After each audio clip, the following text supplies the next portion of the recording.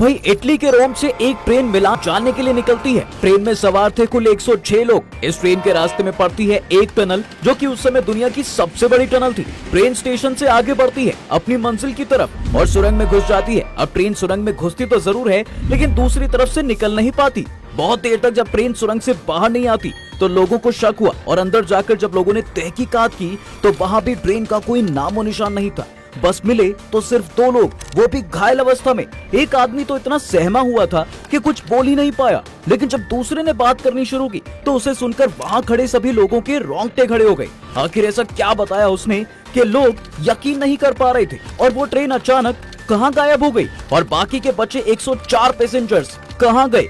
जानने के लिए वीडियो को स्किप बिल्कुल भी ना करें। कहानी की शुरुआत करते हैं जुलाई 1911 से, जब इटली की एक फेमस रेलवे कंपनी सैनिटी एक लग्जरियस ट्रेन सर्विस शुरू करती है और इसका पहला रन 14 जुलाई 1911 को किया जाना था। 106 लोगों को इसके ट्रायल रन का लुत्फ उठाने का मौका दिया गया, जिसमें 6 स्टाफ मेंबर्स थे, जिन्हें 100 यात्रियों के खाने पीने से लेकर उन्हें ट्रेन की हर सर्विस प्रोवाइड कराने का जिम्मा सौंपा गया था। अब तय समय के हिसाब से यार ये ट्रेन इटली के रोम शहर से निकलती है। लोग ट्रेन में गुनगुनाते और खाते पीते जा रहे थे, ठीक वैसे ही जैसे वो किसी पिकनिक पर जा रहे हो। ट्रेन की खिड़कियों से झांकती हुई आंखें बिना किसी फिक्र के इन खूबसूरत नजारों का लुत्फ उठा रही थी। अब तक सब कुछ वैसे ही चल रहा था जैसे डिसाइड हुआ था। यात्री सफर को खूब एंजॉय कर रहे थे। ट्रेन को रोम से मिलान तक 482 किलोमीटर का ये सफर करीब 3.25 घंटे में तय करना था, लेकिन इस बीच कुछ ऐसा हुआ कि ये सफर आज 112 साल बाद भी पूरा नहीं हुआ। ना ही ये दूरी कम हुई और ना ही समय। दरअसल ये नई नवेली ट्रेन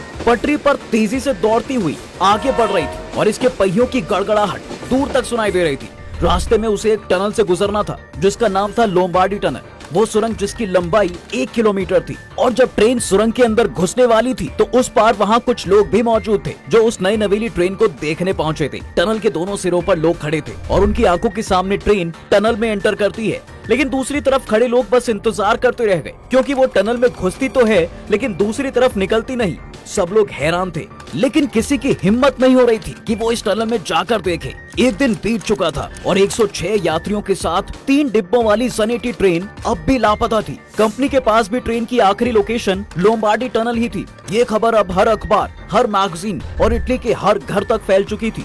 यहाँ तक कि सरकार तक भी हर कोई कंपनी और इटली सरकार पर उंगली उठा रहा था, क्योंकि यहाँ सवाल यार ट्रेन का नहीं था बल्कि उसमें बैठे 106 लोगों का था जो लापता थे और वो कहाँ गए इस बात का किसी के पास कोई जवाब नहीं था। पूरे इटली में अफरा तफरी का माहौल था और सभी के मन में सिर्फ एक ही सवाल था कि इस 1 किलोमीटर लंबी सुरंग में ट्रेन के साथ ऐसा क्या हुआ कि वो बाहर ही नहीं निकल पाई। क्या टनल में कोई ऐसा गड्ढा था जिसमें ट्रेन गिर गई होगी, या कोई ऐसी जगह जहाँ ट्रेन रास्ता भटक गई होगी, या फिर भरी पूरी ट्रेन को टनल ही निकल गई। इन सब सवालों का जवाब ढूंढने के लिए टनल के अंदर जाना जरूरी था, लेकिन इतनी हिम्मत करता कौन।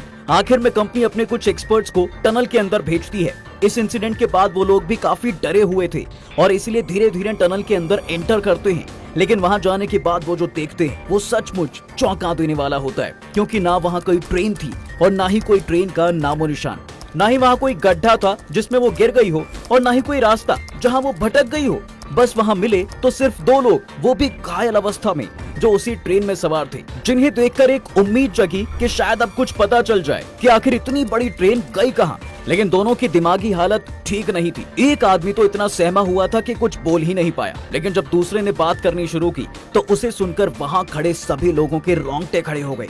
उसने बताया उन्हें सुरंग में घुसते ही एक अजीब सी आवाज सुनाई दी और फिर अचानक सफेद धुआं सा छा गया। ऐसा लगा मानो हवा ने ट्रेन को अपने अंदर समेट लिया हो। ट्रेन में अचानक चीख पुकार मच गई। सब बुरी तरह डरे हुए थे और इसी हड़बड़ी में वो दोनों किसी तरह ट्रेन से कूद तो गए, लेकिन कूदते ही वो बेहोश हो गए। इसके बाद क्या हुआ वो कुछ नहीं जानते। उनकी दिमागी हालत ठीक नहीं थी, इसलिए उनकी बात पर किसी ने यकीन नहीं किया और इसी के साथ ट्रेन और बचे हुए 104 लोगों के वापस लौटने की उम्मीद भी टूट चुकी थी। लेकिन कुछ तो हुआ था उस टनल में, लेकिन क्या ये एक ऐसा रास्ता जो कोई नहीं जानता था। लेकिन ये खबर हर देश तक पहुंच चुकी थी। कई सालों तक इसको लेकर रिसर्च चलती रही, तरह तरह के अनुमान लगाए गए, लेकिन कोई सुराग हाथ नहीं लगा। तो ये मामला ठंडा पड़ गया। रेलवे ने इस सुरंग को बंद कर दिया। सब कुछ नॉर्मल हो गया। सब लोग अपने डेली रूटीन के कामों में लग गए। काफी दिन गुजर चुके थे और लोग धीरे धीरे इस हादसे को भूलने लगे। लेकिन ये कहानी यहाँ खत्म नहीं हुई, बल्कि असल कहानी यहाँ से शुरू होती है, जिसे सुनकर आपके दिमाग में एक ही सवाल आएगा, हाउ इज दिस पॉसिबल। दरअसल एक दिन मेक्सिको का एक साइकियाट्रिस्ट कुछ डॉक्यूमेंट्स पढ़ रहा था जो 1800 के दशक से जुड़े थे। पढ़ते पढ़ते उसके हाथ एक डॉक्यूमेंट लगा जो 1840 का था। उसे देखते ही अचानक उसके माथे पर पसीना आ गया। उसमें लिखा था कि मेक्सिको के एक अस्पताल में एक साथ 104 मरीज एडमिट हुए थे। और हैरानी की बात तो ये थी कि उन सभी की दिमागी हालत ठीक नहीं थी। वो बिल्कुल ऐसे ही रिएक्ट कर रहे थे जैसे लोम्बार्डी टनल में मिले वो 2 लोग, और वो सभी के सभी लोग इटालियन लैंग्वेज बोल रहे थे।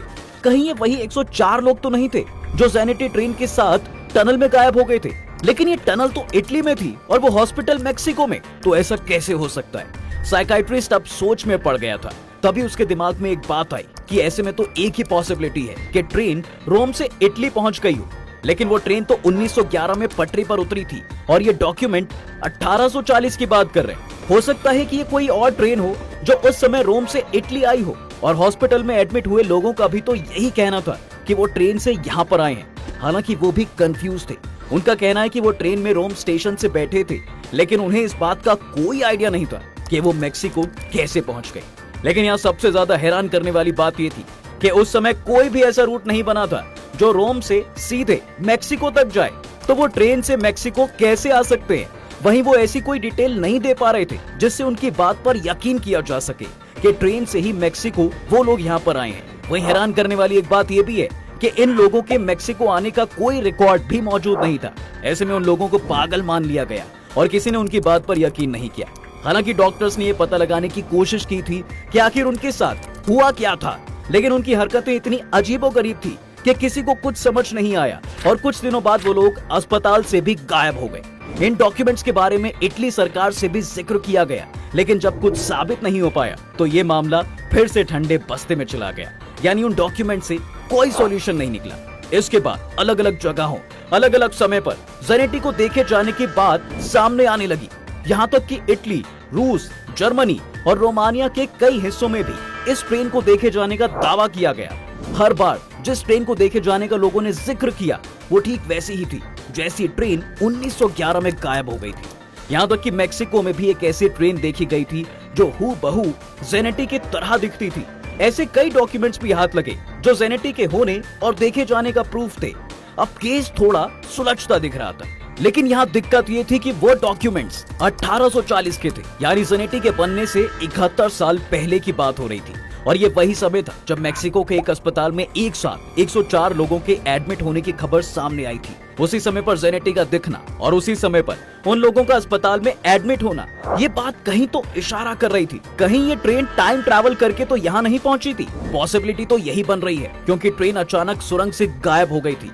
फिर 1840 के डॉक्यूमेंट्स में उसके होने के प्रूफ मिलते हैं। लगता है ज़ैनिटी स्थानीय यात्रा को छोड़कर समय यात्रा पर निकल पड़ी है और उसे ये यात्रा इतनी पसंद आई कि वो आज तक वापस नहीं लौटी। लेकिन क्या टाइम ट्रैवल सच में पॉसिबल है?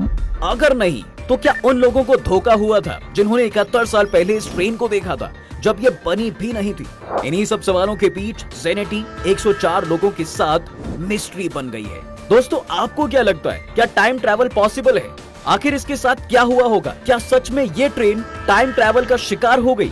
कमेंट जरूर करें। ऐसे मिस्टीरियस वीडियोस के लिए वीडियो को लाइक और शेयर करें और चैनल को सब्सक्राइब जरूर कर दें।